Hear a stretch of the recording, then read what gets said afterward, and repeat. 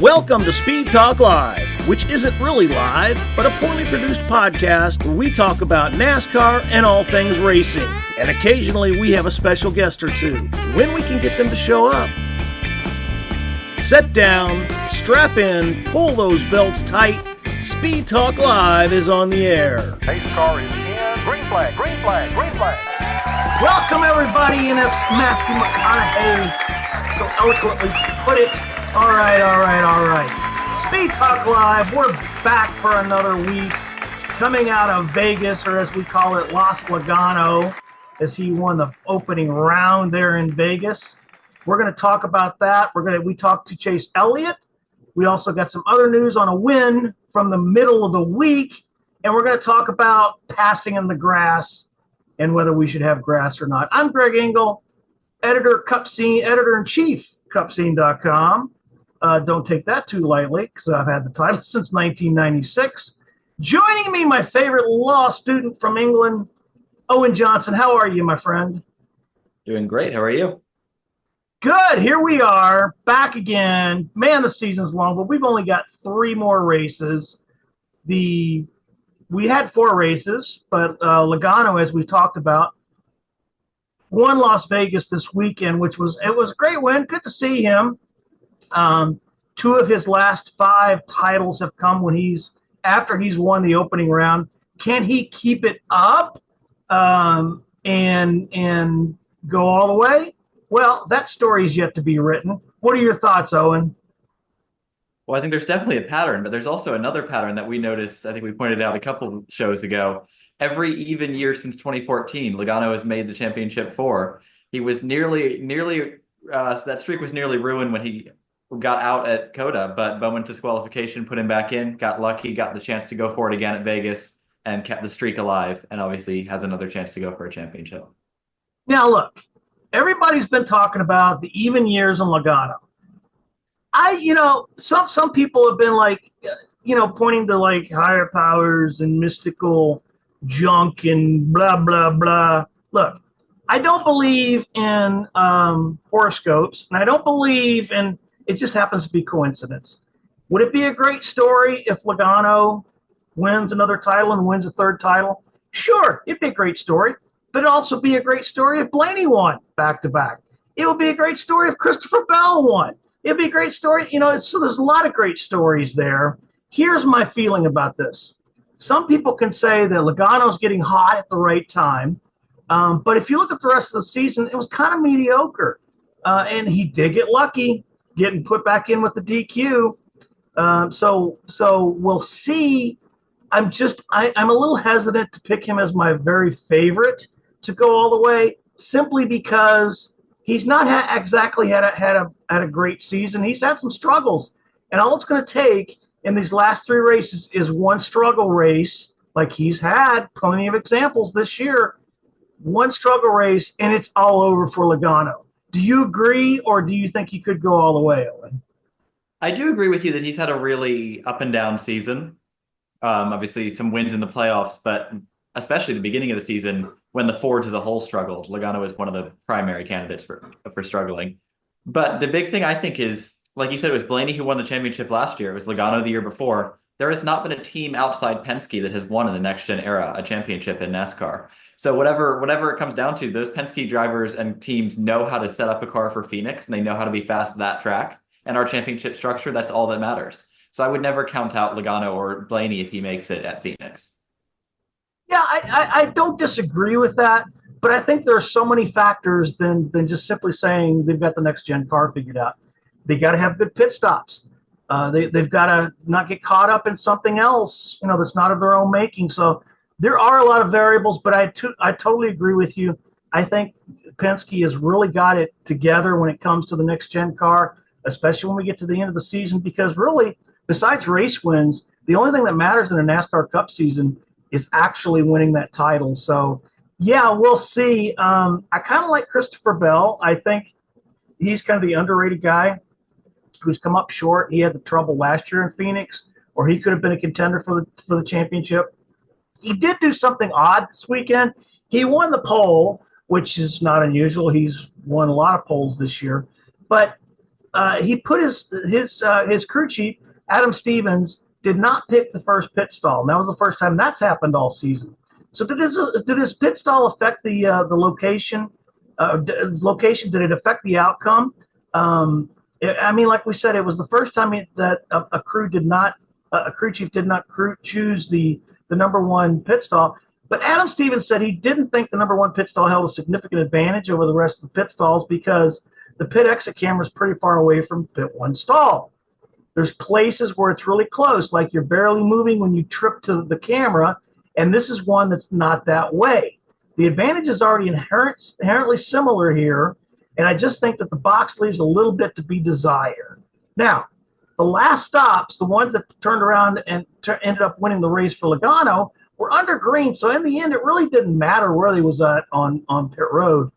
But do you think crew chiefs will look at this going forward, especially these last three races, and not necessarily jump on that number one stall? Well, the issue they pointed out was that the stall was slippery, so it was a little bit harder to get a takeoff from the box. And that, I mean, since it was only Bell who pitted, Logano stayed out in that last cycle. It was only Bell who came down. A slower stop could have made a little bit of a difference in just being able to get to Logano. And I don't think it really did here, but the motivation was really just trying to make sure they picked a box that was easy enough to accelerate out of. And the box they picked, box 6, was the one the last two Vegas winners, who both started in second, actually chose and won out of. If anyone's keeping track, Logano picked stall 41, which was the last one on pit lane. But again, it didn't really come down to pit stops this race. No, it didn't. It didn't. And I didn't mean to mislead because he actually stretched his fuel mileage. But I mean, in essence, it did come down to green flag stops, because if the last ones would have been under caution and Logano would have beat him out, then yeah, we could make that argument. But I think it's mute.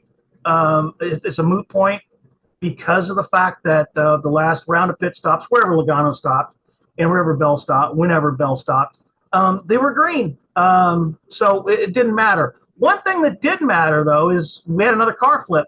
That was Tyler Reddick going across, coming down the front stretch.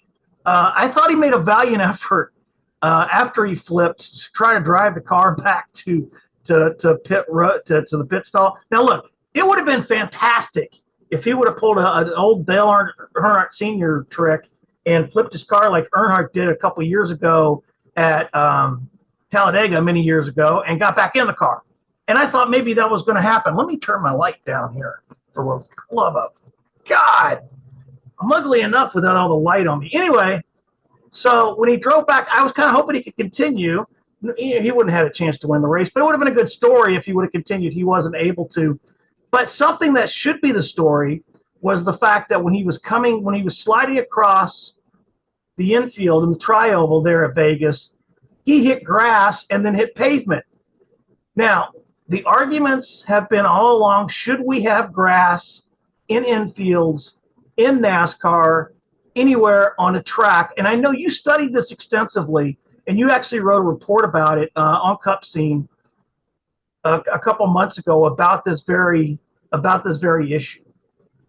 Well, yeah, you said it. He came down the track in the middle of some three-wide racing gone wrong, slid down into the infield, pretty standard, and the car took flight. Got on the barrier between the grass and the Legends Oval that comes off of pit road. The car dug in, lifted up, and started rolling over. So it's not the same as some of the rollovers we've seen over some of the past couple of races. For instance, at Daytona, when Josh Berry's car riding on the pavement lifted up and went over. In this case, the car was actually lifted up by the grass and went over. And it's something that there's precedent for this. Buescher went over at Charlotte a few years ago when his car dug into some hole in the grass. But I don't think it should be happening. Charlotte, in response to this, took away all their grass and replaced it with artificial turf to stop the cars digging in, making it as smooth as possible and not as affected by weather and things like that. And I understand it's expensive for the tracks to do this. But if we're serious about cars flipping and drivers we've talked to earlier this season in response to the blowover flips, they are serious, then I think it's a necessary expense. And we talk about SMI tracks last week, the two different types of tracks in NASCAR. Charlotte is an SMI track as well. It's not a NASCAR facility issue. These tracks are willing to spend money, and I think it's something that really does need to happen. It's happened at other tracks too besides Charlotte. Like you said, I profiled this a few months ago, talking to Frank Keller, the track president at Daytona International Speedway. That's a track that is very famous for its grass along the backstretch, but they decided to take all of that away, even the grass around the famous IMSA bus stop turns, because largely in response to Ryan Preece's flip, where he dug into the grass and flipped almost a dozen times. Really scary wreck, showed a lot of bruising in the next couple of weeks. It just seems such an avoidable situation to me. To be able to get rid of this grass, replace it. Yes, it's an expensive solution in the short term, but nothing in the safety development of these cars comes cheap. There's plenty of money spent to keep the cars on the ground for the blowover wrecks, for instance, in the R&D for that. I don't understand exactly what the resistance is to get rid of the grass at some of these other facilities. Yeah, and as much money as they want to spend on fan amenities, which is good, that's good to have. I think some of that money should be allocated to that. I'm all for the AstroTurf that can mimic pavement a lot better than natural grass, especially after a rain. A funny story: after the first year that they took all that grass out, I was riding around the pace car with Brett Bodine, and they were seriously considering using that backstretch as a track in and of itself, and maybe running some Legends races or some modified races back there. And we came out at turn 2 doing about 140 miles an hour, and he was telling me this. And he said, we would actually, now that we don't have the grass here, we could actually put it right here. And he dove into what would have been the turn 2 on that, on this little track. And they'd already painted it out a little bit. But holy God, flying around that, what would have been the little short track, less than a half mile that they would have used for modifieds and or Legends cars, certainly scared the poop out of me, because it was quite a ride. So that didn't happen, and who knows, maybe in the future, but it does give them an opportunity to try something like that in the future. But I do think that with all, we talk about with the safety and everything, fan amenities are important, but let's take some of that money, boys and girls, and the stands are getting full all the time. We need to take some of that money that we're making from the ticket sales and the new TV revenue. Let's look at putting AstroTurf. And, we could talk about being an SMI track, but, NASCAR makes the rules. NASCAR could technically just put the rule in that, we're going to have AstroTurf everywhere. And let's see how that happens. So that's something we need to address, obviously, in the matter of safety. I remember when Boucher, I was there, Charlotte, when he dug in and did that horrible flip. And that was a lot scarier than what happened with Reddick this past Sunday. But, anytime we can eliminate the possibilities of something happening, we need to do that, and I would like to think that we will at some point. Look, another guy that crashed out, Chase Elliott. It was through no fault of his own, right? I mean, he was running inside the top 5. He looked good all weekend. He crashed out early, caught up in somebody else's. He was caught up in somebody else's wreck. We got a chance to talk to him earlier today. And after he crashed out early, and what was his mindset after crashing out?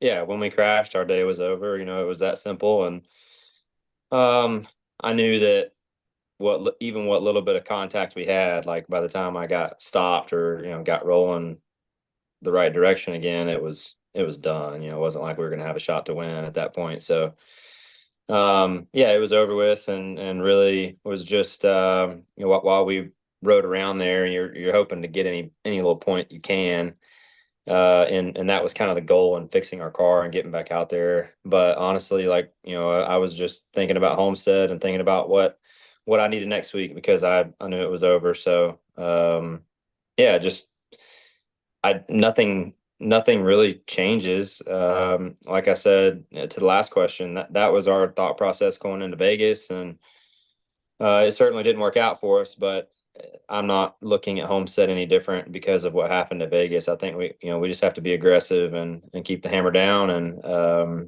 try to win and get through that way, because odds of us pointing through, especially now, are slim to none, and the odds of us pointing through before were slim too. So that's okay. This is a tough round, and I think you're much better off to win, this round to get through than you are to kind of, limp your way across the finish line with points. We've done it both ways, and I promise that winning your way in is a much better way. So he's at the bottom of the standings. And now he comes out of there. How does he keep himself and his team motivated? Well, I think fortunately for us, we were performing at a high level throughout the event, and to me that's the best motivating factor is when you have good performance and you have good pace and you're in contention. And I thought we were doing all those things. We were fast. We had gotten ourselves up inside the top five.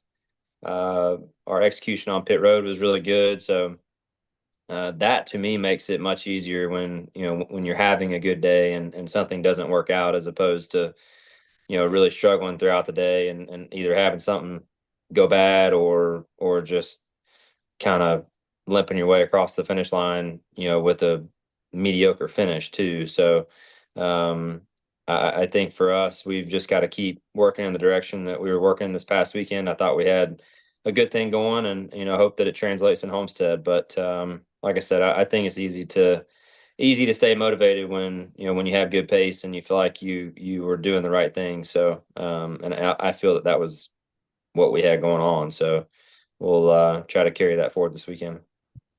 And also on speaking of clinching, because now Logano's clinched his way into the Final Four, AJ Allmendinger in his last full-time Xfinity season will have a chance to go for the championship. He clinched his spot on Saturday, which was a great race, and he was happy. It was Matt Collick's birthday, and there was a lot of great emotions around there.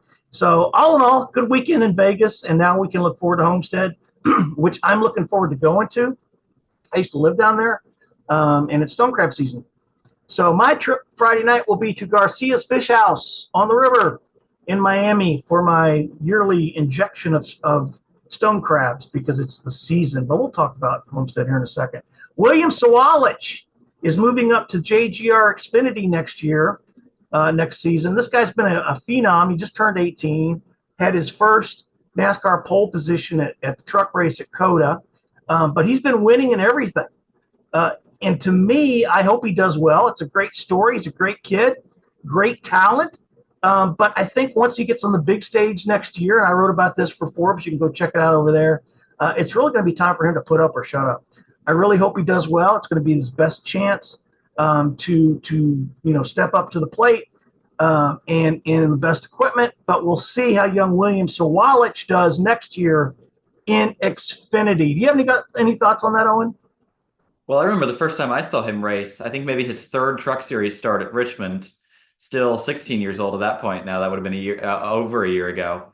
And I really do rate him very highly. I think he showed a lot of speed running up front at Richmond in one of his first Truck Series starts, had a good finish, I think a top 10 finish to that race. And he's kind of the whole package because he also brings sponsorship. He brings a lot of funding from his dad's company to back the equipment he's running. And so I think there's a lot of promise. If he can get good results in Xfinity, he has a very promising future. Yeah, it's his grandfather's company, and that's who he's named after his grandfather. And he's very close to his grandfather. So, hey, good for them. But again, it's going to be time. Hopefully he's not going to crash and burn in the figurative sense, not the literal sense. So we'll see. I hope he does well. Another Midwesterner. We haven't had that in a long time. So, hey, good luck to him. Speaking of bringing stuff back, which we're not speaking of, but Dale Jr. and Budweiser are bringing back the King of Beers scheme. And if you were a Dale Jr. fan in the early 2000s, you know this paint scheme well. He's bringing it back for the late model series, going to debut at Hickory next month. Really cool deal. And I'm not big into, if nobody's going to pay me, I'm not going to sit here and tout a lot of sponsors. But it was a really great marketing feat. Dale Jr. and Tony Eury Jr., who used to be his crew chief at DEI, teased it the night before on their channels.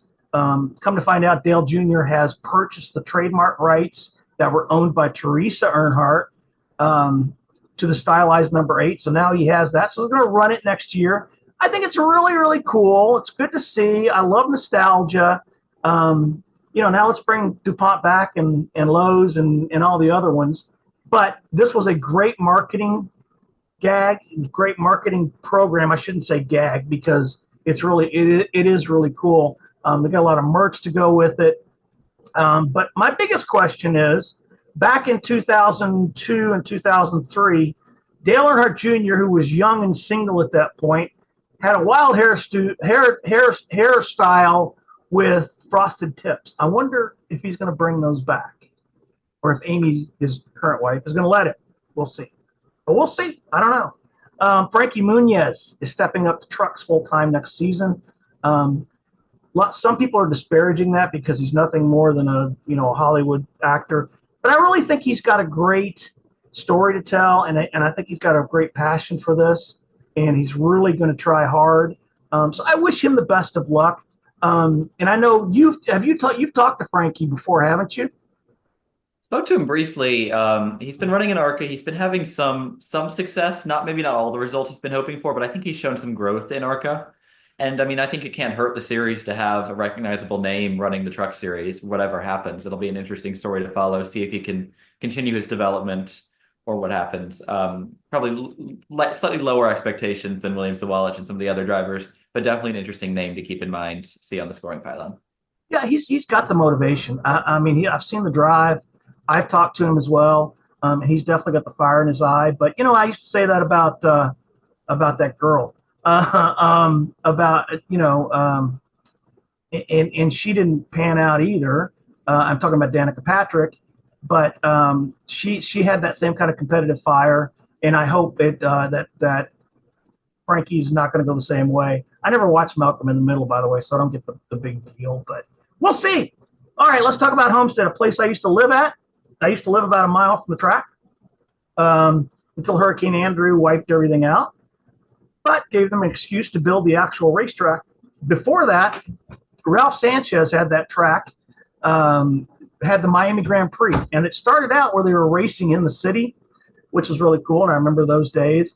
And then he had a track at the Dade County Youth Fairgrounds. And why is that significant, you ask? Well, when I was living down there, DK, before kids, my wife and I used to like to go to the Dade County Youth Fair a lot. And I bought a new Camaro one year, went there and parked. And on the way out, we drove across the track, what was going to be the track. They'd already kind of mapped it out. And I saw some traffic cones there. I may or may not. Well, okay, I did. I kind of navigated around the cones, and I got down the front stretch and was doing about 80 miles an hour. When I quickly got to meet one of the Miami-Dade's finest deputies. Don't remember his name.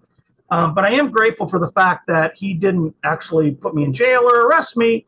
He actually gave me a warning, and we talked about my brand new Camaro, and he said, "Get the hell out of here." So that was my foray on one of Ralph Sanchez's tracks. But yeah, go back to Homestead every year. And like I said, I will be having stone crabs down at Garcia's Fish House, where I jumped in the river many, many years ago, before you were born, Owen. Back when I was young, probably your age, on a drunken tirade one night, and did jump in the Miami River, lived to tell about it. And my kids are fine, and they were born after that. So anyway, we'll be looking forward to that.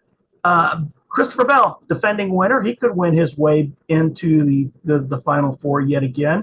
But I think the other story we're looking at this weekend is Kyle Busch, who has just 3 more races to keep his win streak alive. So it'll be interesting to see if he can step up the plate. But I know you're looking at another Kyle. Well, I'm looking at Kyle Larson, and when you talk about winning and getting into the final race, the Championship 4, Kyle Larson really relied on that win at Homestead last year. He won at Las Vegas the opening round and locked himself in, but then he hit the barrels on pit entry late in the race at Homestead, coming in too fast to the pit road, and took himself out of the race. He's not locked in this year, and he and none of the other round of 8 contenders except Joey Logano can afford a mistake like that, because it will put them in such a big points hole coming into Martinsville. So it's just something to watch. Larson cannot rely on the win this time. My pick, it's going to be William Byron, who won here in 2021. I feel like he has a really good handle on this racetrack. He always seems like he's up front and he's fast at Homestead. And then a driver to watch is AJ Allmendinger. This is his best oval track, and his last 2 starts at Homestead for Colleague, he's finished 3rd and 5th. He didn't race last year. Those were 2021 and 2022. It is by far his best oval track, and he's back in for a part-time start in the 16 this weekend before making the transition next year to full-time Cup racing with Colleague again. And he won the Xfinity race on oval here at Vegas. So yeah, that's a good pick. When Larson hit the barrels I remember that because I was sitting in the press box and you could feel that. I mean, the window on the press box shook. I remember that, and I just like, holy God, what happened? Because I wasn't looking. I kind of caught the aftermath, so we'll see. But Chase Elliott will come in the bottom of the standings. He's eighth in the standings. He's not going to point his way into the Final Four unless 7 drivers all crash out on the first lap of one of the next 2 races. But so he's at the bottom of the standings, so he knows he has to win, and he knows he has to be aggressive. But again, talking to Chase Elliott earlier today, he says it's about being aggressive, but it's all about balance. Our point situation is what it is, and we are in a must-win situation for the next 2 weeks. So, how we achieve that, if we're able to go out there and win a race, I would prefer just to go be faster than everyone else and call a good race and execute a good day, and that would be how I'd like to go about it. But there are other ways to win races. You look at how Joey won Vegas. Those guys made a great call on pit road, kind of threw a Hail Mary and gave themselves a shot, but he didn't do anything silly to make that happen. But certainly you can be aggressive in other ways too, and that's another example there too. He also previewed the Homestead track and how it's different from the other tracks they race on. Yeah, I enjoy going to Homestead. It's a really unique track, and a place that I think from a driver's standpoint is always a lot of fun. It presents challenges that you don't see on a weekly basis with the progressive banking and both ends of the racetrack driving kind of different. And then, certainly you add the challenge of running up by the wall. It lends a lot of pace, but certainly comes with a big risk. So it, with how fragile the suspension components are on these cars, at least now, you just can't really afford a whole lot of wall contact. So it's, a fine line, but I think it's something that all the drivers enjoy. I enjoy it. It's, just something different, not something that I see every weekend, and a place that we've only been going to once a year now for a little while. So, a lot of places we visit twice, you kind of get into a flow a little bit of seeing it more often, but Homestead only going there once a year. There's just a long time in between races. So always takes a little bit of getting used to again. And finally, I got a chance to ask if he's looking forward to the off season at the end of these 3 races. But as you head to Miami in the last 3 races, I mean, obviously you got the pressure of being in the playoffs and you've got all that. But is there a point in the season, because these seasons are so long, is there a point in the season where you start like looking forward to the off season and what you're going to do and just sitting on the couch and doing nothing? Or is it just full throttle and then you take a step back and take a breath and then move on? Yeah, I mean, I think, as long as you still have an opportunity to, race for a championship, for me, that keeps me motivated and really not thinking about what is, going on in the winter or anything like that. So, I think that, I hope that's the case all the way to Phoenix, obviously, but,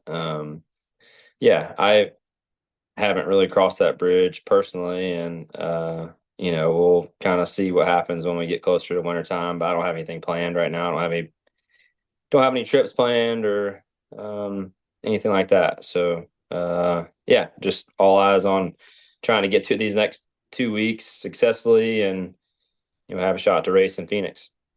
Thanks, pal. Have fun this weekend. See you there. Thanks. All right, let's finish up with this. We have a new Cup Series winner. Happened on a weekday, and it happened today on a Wednesday. What did I say? I've been saying Tuesday. God, I'm getting old. It's Wednesday, and something significant happened today that awarded the win to somebody. Talk about that, Owen. Well, we're not back to midweek races. We're not back to the pandemic yet again, but this one's a 1971 win. Bobby Allison is now the official winner of the 1971 Myers Brothers Memorial Race at Bowman Gray Stadium. Previously the only NASCAR race that didn't have a winner. And that's because Allison actually raced not a Grand National car, what became the Cup Series, but a Grand America car in that race. In some races, NASCAR used to allow those lighter, smaller cars to compete alongside the bigger Grand National entrants. And at that small track, Allison, who had both cars, chose to race the smaller car, and it really worked out to his advantage because he was able to win. NASCAR was not willing to give him the trophy, though, and they finally made that right almost 50 years later. So an interesting detail about the win, it now means that Allison has 85 wins, which moves him from a tied fourth on the all-time wins list to a sole fourth place. The driver who's fallen from fourth to fifth as a result, Darrell Waltrip, who's long maintained that he should have an extra win at North Wilkesboro because of a claimed scoring error when the car picked up the wrong leader in the 1990 iteration of that race. So there's some reviews all over that wins leaderboard. Yeah, and Bobby Allison was the first driver I ever followed in NASCAR when I was a fan in the early '80s and into the '90s. That's because my dad was born and raised in Alabama, and he was part of he was part of the Alabama gang. Allison was, so that was my driver. I actually had a Bobby Allison hat, a Miller Lite hat, and in Hurricane Andrew, after I was picking through the remains of my house, I had a mental list of stuff I wanted to make sure I got, and I still got that hat. I found it, and I still got that hat. And probably one of the highlights of my NASCAR media career was, I forget, it was late 90s, early 2000s when I was first starting this, and my dad was still alive. He passed in 2009, and he was still alive. I brought him to, when they had qualifying on separate days. So I brought him to qualifying. Brought him into the Charlotte Media Center, and he was sitting at a table. And anybody who's ever been, there's in the media center, there's like a little cafeteria area. So he was sitting down. I was going to go do an interview with someone else. I came back, and lo and behold, there's my dad sitting there with Bobby Allison, talking like they were old friends. And it was probably the highlight of my career. And I didn't say a word. I just walked away and let them have it. Let them have their conversation. So it was really great. I know it was a highlight of my dad's life, and it was really cool to see. So, and Bobby Allison is still going strong. So good for him, and good for having the, beating Waltrip after all these years, which is in a sense what he's done. So, hey, good for him. Hey, listen, gang, we are really, really happy you joined us today. I will be at Homestead this weekend, full of stone crabs. I'll also be at Martinsville, and finally, I'll be at Phoenix. So if you're at one of those races, hit me up on social media. Look for the content on our YouTube channel. Visit cupscene.com. Owen will have a preview out of this weekend, so look for that. We will see you next time. Have a great weekend. We'll talk to you next week. Thanks, everybody. Hey, look, you guys, if you made it this far, I want to say thank you. Had some tech issues with the microphone, promised to get it fixed by next week, and it'll be all better. If you suffered through all this and having to listen to my voice, which is bad enough anyway, but you had to listen to the microphone, I apologize. I'll fix it next week. Thanks again. Appreciate all the support. We'll see you next time. Thanks for listening to Speed Talk Live. For questions or just to tell us how bad our production is or to leave other feedback, leave us a comment below. For all the latest NASCAR news, visit www.cupscene.com. Until next time, peace out and let's go racing.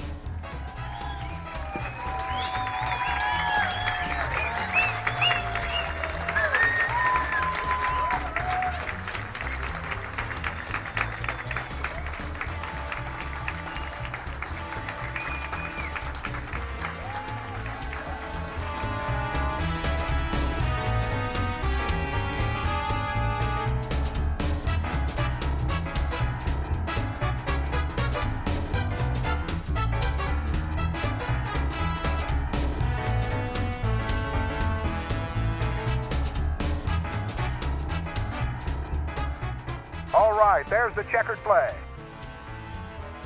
Great job, driver.